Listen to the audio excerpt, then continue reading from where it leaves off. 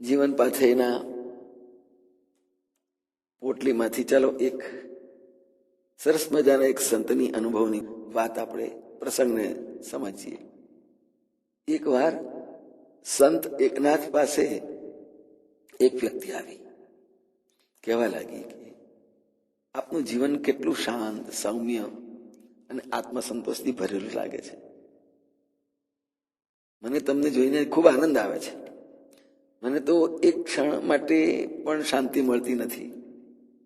મને કંઈક આના માટે રસ્તો બતાવશો?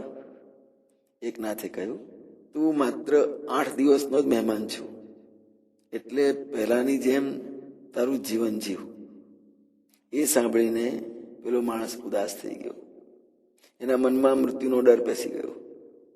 ઘરે જઈને એણે પત્નીને કહ્યું, મેં તને ઘણા દુઃખ આપ્યા છે, તને હેરાની કરી છે, માટે મને માફ કરી દેજે. બાળકોને કહ્યું, મેં તમને ઘણી વાર માર માર્યો છે, તે બદલ મને ક્ષમા આપજો. એ રીતે જે એના સંપર્કના સગા સંબંધીઓ માણસ હતા, બધાની પાસે જેવો કંઈ વ્યવહાર કર્યો હતો એ તમામને માટે એણે માફી માંગવા માંડી. 8 દિવસ પૂરા થયા, પણ મોત આવ્યું નહીં. 9મા દિવસે ફરી પાછો એકનાથજી પાસે પહોંચ્યો. તમે તો કહ્યું હતું કે મારા જીવનમાં માત્ર 8 દિવસ જ બાકી રહ્યા છે, છતાં આજે હું જીવતો છું. હજુ મારે કેટલો સમય જીવવાનું છે એ કહો. એકનાથે જવાબ આપ્યો, તારી અંતિમ ઘડી તો ભગવાન જ કહી શકશે, પણ તું એક કે તારા 8 દિવસ કેવા રહ્યા? પેલા માણસે કહ્યું, શું કહું, આ 8 દિવસમાં તો મને મોત સિવાય બીજું કશું જ દેખાતું નહોતું.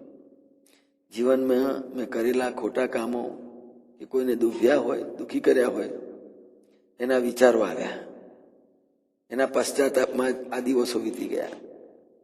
એકનાથજીએ કહ્યું, તે જે રીતે 8 દિવસો વિતાવ્યા ને એ જ રીતે અમે સાધુઓ કાયમ રહીએ છીએ. આ ક્ષણભંગુર દેહના નહીં પણ ઈશ્વરના ગુલામ બનો તો જરૂર તમે સુખી રહેશો. જય મહારાજ.